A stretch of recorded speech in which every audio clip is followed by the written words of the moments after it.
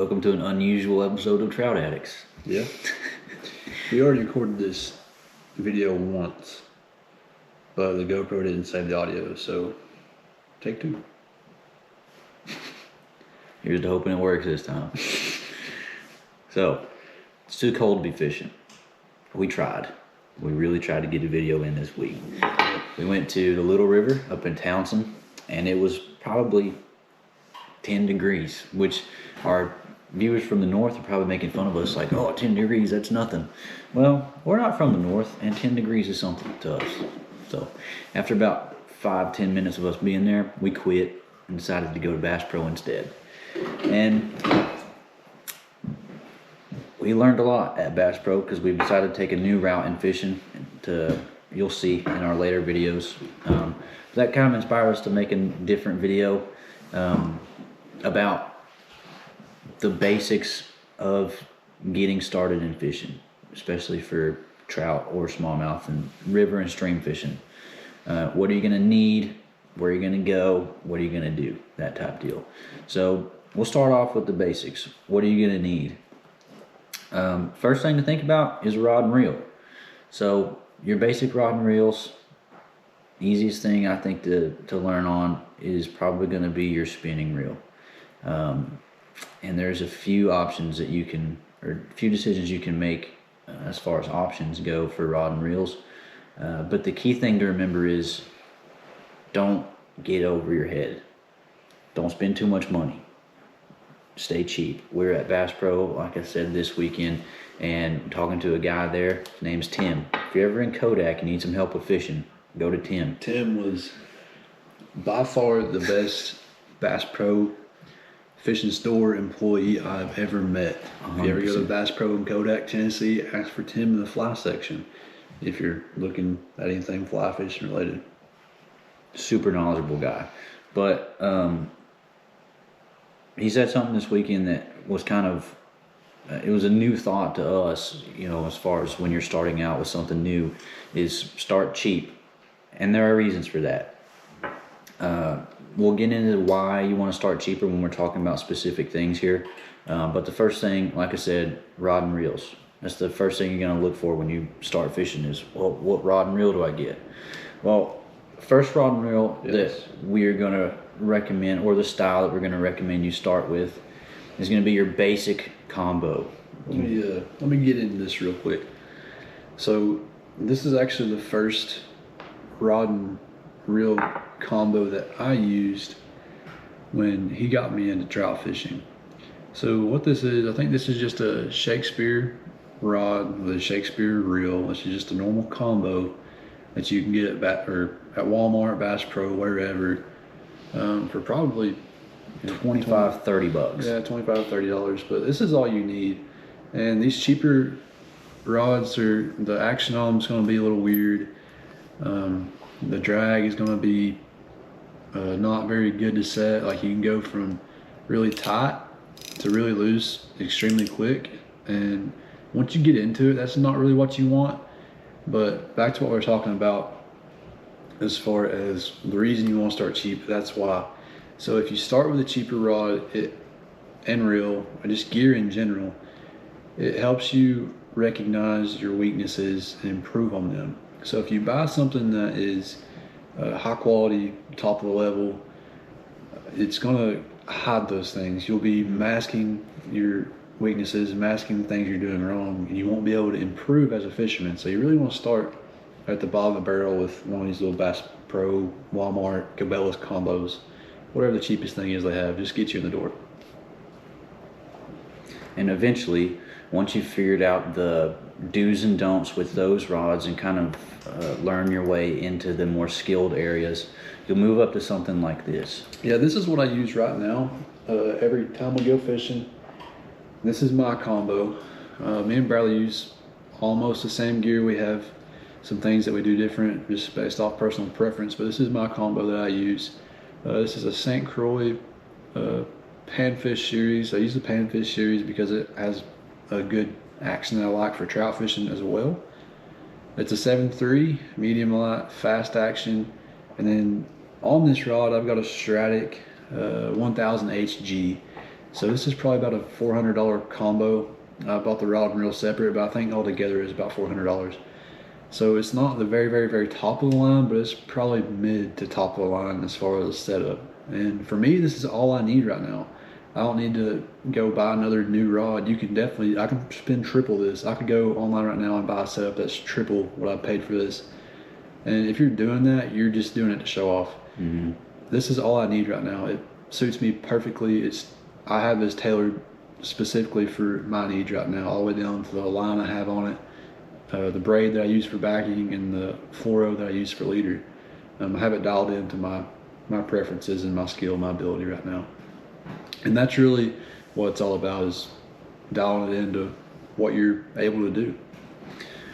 So how do you know you're ready to move up to something like that? Well, Tyler and I have been fishing for a big number of years. Of course, I'm only 24. Tyler's only 22. A big number of years. A big number. A big one. So, but realistically, we've been fishing since we were 3 years old.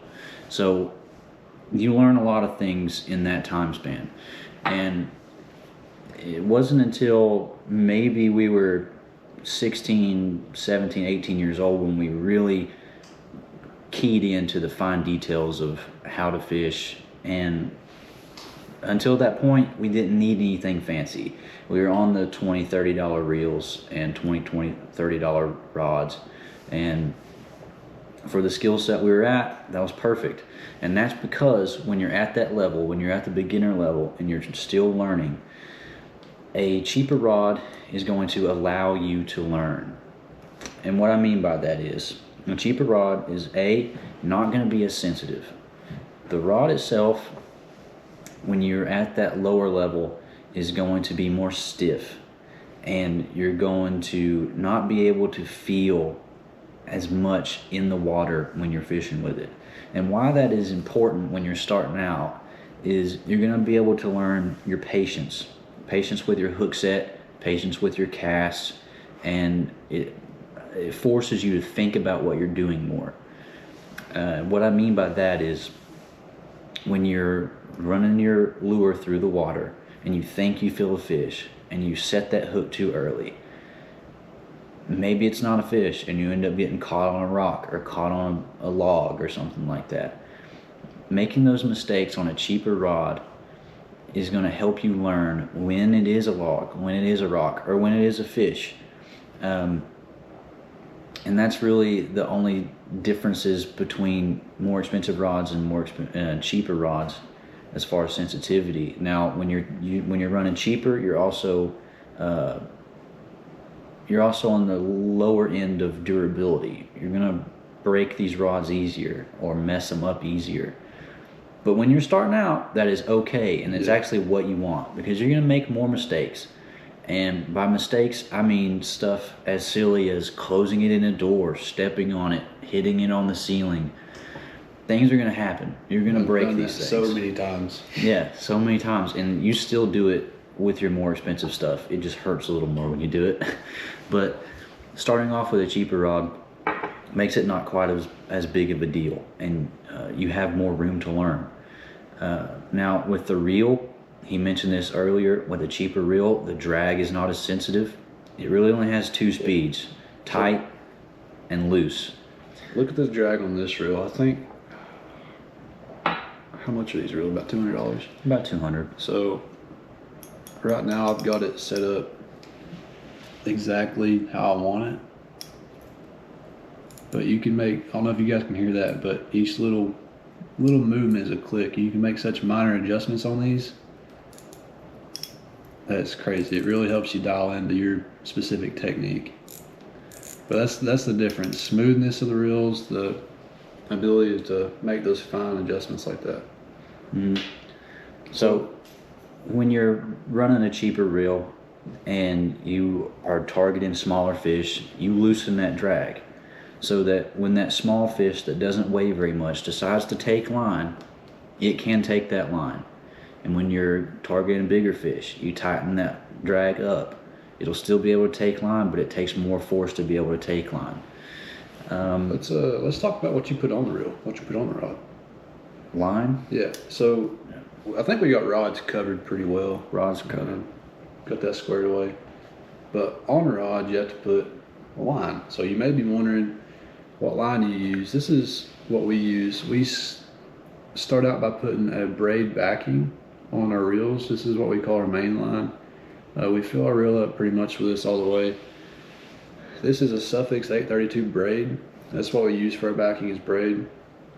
I love the Suffix 832 braid. It's what I use every time. You don't have to use what I'm using as far as brand is concerned. It's one of those things, it's preference. These are higher quality things. But braid, I wouldn't steer away from Suffix in general. And then what I use for my fluorocarbon leader is this Diawa j-flouro Samurai. I usually use P-Line Tactical. That's something I can vouch for, is P-Line Tactical. I've used it in many situations. It's great. I'm trying this Diawa j-flouro out though, just because it's something different, something that I wanted to try. But that's really the best setup to have for trout fishing, is a braid main line with about a 6 to 7 foot fluorocarbon leader. And the difference that makes, when you use a main line that is braid and a 6 to 7 foot leader, you're going to be able to cast farther, and it's going to be more sensitive, because the line you're using is lighter in diameter, it's lighter in weight, so you'll be able to feel things better and cast farther. Yeah, now, that braid really helps the sensitivity, and that's why we use it. One, if you break off, you use a little bit stronger of a braid than you use a leader. So when you break off and you retie, you're only retying 6 foot of line and not a couple hundred yards of line. Mm-hmm. So another thing that braid actually helps with is, like I said, sensitivity. It increases your sensitivity immensely, and that's another reason we use it. Also, when you're fishing for smaller fish, use smaller lures. So having lighter and smaller line allows you to use those lighter and smaller lures. Yeah, we usually fish, my leaders, I'd stay around 4 pounds to 6 pounds for fluorocarbon, just because it matches the diameter of my braid pretty well. And my braid I use between a 6 and 8 pound, because it matches that fluorocarbon pretty well. So use a 4 to 8 pound test. It's about where you want to be. Right. Now, like you mentioned, brand is really up to you. It doesn't matter. I use different brands from him, and it's not because I feel like it's better or worse. It's just, I've been using it, I'm happy with it, so I don't feel the need to change. So it's all preference. The weight of the line, it's not really preference. That's kind of that kind of makes a difference. The size of the braid, 10 pounds, 10, 12 pounds and under braid is where you want to stick to, and 8 pound fluorocarbon and under for your leader line is where you want to stick to. Now, as you go up in size of fish, if you want to catch a 20 pound fish, use a 40 pound braid and a 20 to 30 pound mono or fluoro. You don't have to use 80 pound, 60 pound test line every time. Now, I will say, to kind of backstep on what we've been talking about, I will say right now, brand just doesn't matter. When you're getting into it, just get what you can find at Walmart, get what you can find at Bass Pro. However, there is a very noticeable difference between line, especially good quality, and bad quality. Do that research yourself. I've shown you what I use. I can vouch for the line, the rods, the reels that I use. But I'm not going to push anything on you guys, but there is a very noticeable difference, and it does make a difference between good quality and bad quality. Yeah, and one thing that Tim said this weekend, going back to Tim, he has good advice. If you buy a cheaper rod and reel combo, at least splurge a little bit on your line, because the quality of your line makes a difference. Good. So let's move into lures. I'll start with the most basic of all, as far as what you want to start with as a trout lure. This is just a normal rooster tail, just a little trout colored rooster tail. You can find these at pretty much any fishing retailer there is. And if you want something easy to get a hold of, cheap to get a hold of, that's where you start. Tie one of them bad boys on with the spinning combo, go out there and have a good time, and you'll be set. And now, if you want to start getting a little more technical with the lures that you use, a good place to start is these are Joe's flies. You see, instead of the normal inline spinner rooster tail deal, it's actually got a fly on the end of it. And you can get these at Bass Pro. That's the only place I've seen them. I'm sure there are other places, but I know you can get them at Bass Pro. They actually have little treble hooks on the end of them. We prefer to cut those off just because they're easier to use. They don't get hung up as much. They have a treble hook as a trailer and a single hook up above it. Yeah. But we like to cut the treble hook off because one, it's easier on the fish. It's easier to take the hook out of the fish, and you get hung up a lot less. The lures that you see us use a lot in our videos, we actually use Magoosters. I know we've hounded on using Magoosters a lot. That's because we love them. We use them all the time. But this is like what I just showed you, except the blade on it is a little different. The Joe's Flies has a Colorado blade. These have a willow blade. So these have a little less flash in the water, which is good in some circumstances. If you have better water clarity, so the fish can see better in the water, you want something with less flash. If your water is dirtier, you want to be using something like the Joe's Flies. It's got a little more flash to it. And it's the same concept. It's got a fly on the back of it. The reason we buy these primarily is because we like to cut the treble hooks off the back of them. It's just straight up fly on the back. But it's the same concept. You can get these online. They don't sell them at any major fishing retailers. We get them at our local fly shop in Reliance, Tennessee. You can get them there. But they do have a website, magooster.com, I think. We'll put the link to their website in the description. Now, another thing that we like about Magooster, and I'm sure you can find this difference in Joe's Flies or other inline spinners too, is the difference in weights. Now, we can get Magoosters in 1/8 ounce or 1/4 ounce, and we like that because in the river that we fish on a lot, the Hiwassee, sometimes the water's high and sometimes the water's low, depending on how much water they're pushing out the power plant upstream. When the water's higher and it's moving faster and the water's, more turbulent, we like to use that 1/4 ounce because it's heavier and it stays deeper in the water column, and the speed of the water doesn't affect the motion of the lure as much. And when the water's calmer and shallower, we use the 1/8 ounce. Again, we don't have to go as deep and we don't have to fight that current as much. So there's little differences that you can choose with the weight of your lure that change up the way it runs. And we mentioned that in a couple of our other videos as well. So if you want more details on that, you can check back and watch some of our videos and we explained a little more.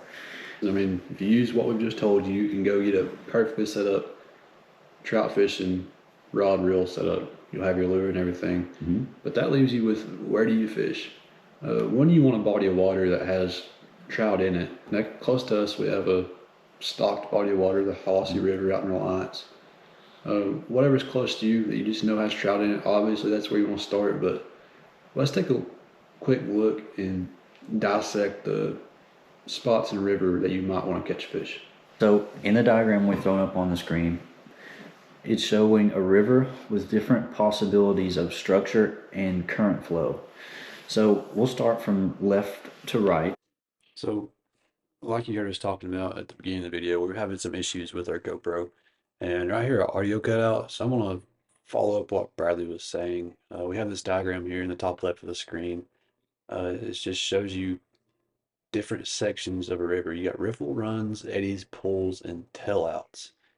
And I'm going to pop up our intro clip real quick and show you that in real life in my drone footage.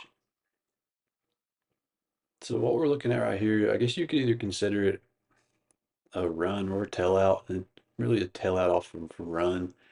But what I'd be casting into on this is the current break right down the middle. I'd probably stand on the left side, probably left bottom down there, and I'd probably cast into that eddy on the bottom right or up into that stream. But this is just something that you want to look at. This is a pretty piece of water I'd probably hit if I was fishing. And next we have another section of water. This is definitely going to be a tail out. And this you could really hit a few different ways. I think the ideal way to hit it would be standing on the right side over there. You have a railroad bridge. I'd probably stand right in front of or under that and casting that little pull on the left side over here on the edge of that current. That's really where your trout are gonna hold on to is current breaks, and uh, especially right off that little pull right there. But like I said, it's just a few examples. Um, Best thing to do is just get out there and analyze the water, look at that little chart, identify it, do some research on those spots, figure out the best way to hit them. The next thing we really want to look at, I think this is going to be our last thing, is shadows. It's good to cast along the edges of shadows and sometimes back into shadows. It's something that you mentioned about being aware of the shadows you're casting with your body and with your rod and reel. A way to keep that from happening, and a tip that I learned from a very early age, is fishing with your face towards the sun. Yep. Keep the sun in front of you as best you can. That's hard to do when the sun is directly overhead, but generally when the sun's directly overhead, you're not casting a shadow, so you don't have to worry about it. But as best you can, cast with the sun in your face. So that keeps your shadow off the fish. That's the way to keep that from happening. I think we pretty much covered it. To recap really quick, start cheap. Don't worry about the quality of your rod when you first start out. Worry about the quality of your line. If you're gonna fish with a cheaper rod and reel, maybe spend a little more money on line. You'll be able to feel a little bit better, and you won't break off as often. Lures, your inline spinners, beetle spins, and rooster tails are going to be your best bet when you're starting out, because A, they're easy to fish. Cast, reel, repeat. That's in our bio on our Instagram. We say cast, reel, repeat because that's really all you're going to have to do. Throw the lure out there, reel it in, throw it out there, reel it in. You know, the only thing you're really going to have to think about is where you're throwing it and how you're reeling it in. We have more details about that in our other videos, so go back and watch. That's pretty much it. If you have any more questions, drop them down in the comments below. If you have any comments about how we could do things differently, drop them down in the comments below. We are going to plan a trip for something a little different next time, so the video is going to have a little different content, but it's basically the same idea. Anything else to add? I think that's all. I think that's it. Thanks for watching. Thanks, guys.